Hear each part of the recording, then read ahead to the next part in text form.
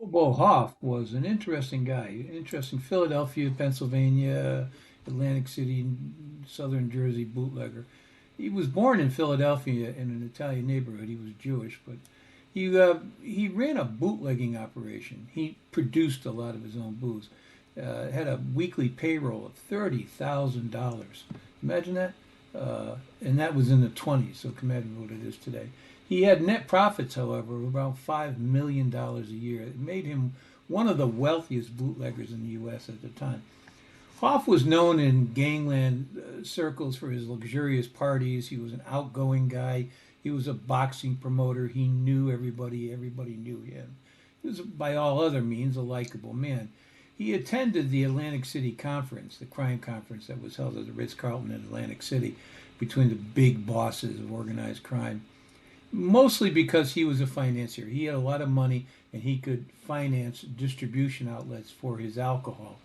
And I guess he was an avoidance of going into other rackets as well. He had a massive, complex money laundering thing going on with the Union Bank and Trust Company.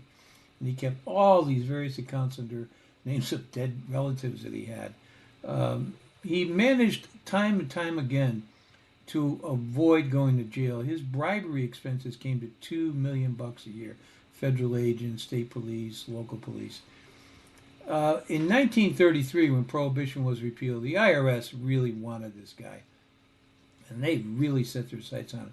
They sued him for 21,000 in back taxes, which I'm sure he had. He just should have paid, but he decided stupidly to fight the federal government. That cost him a lot of money. He lost. You're not going to win against the IRS, especially when they want a piece of you. They eventually seized virtually everything he had, his car, his personal belongings, his home, and they sold it at a sheriff's auction.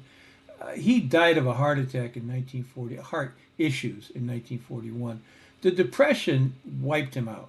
His fortune was mostly gone. Back taxes took a rest. Bad investments took a rest. So he died broke, which is just the way it goes.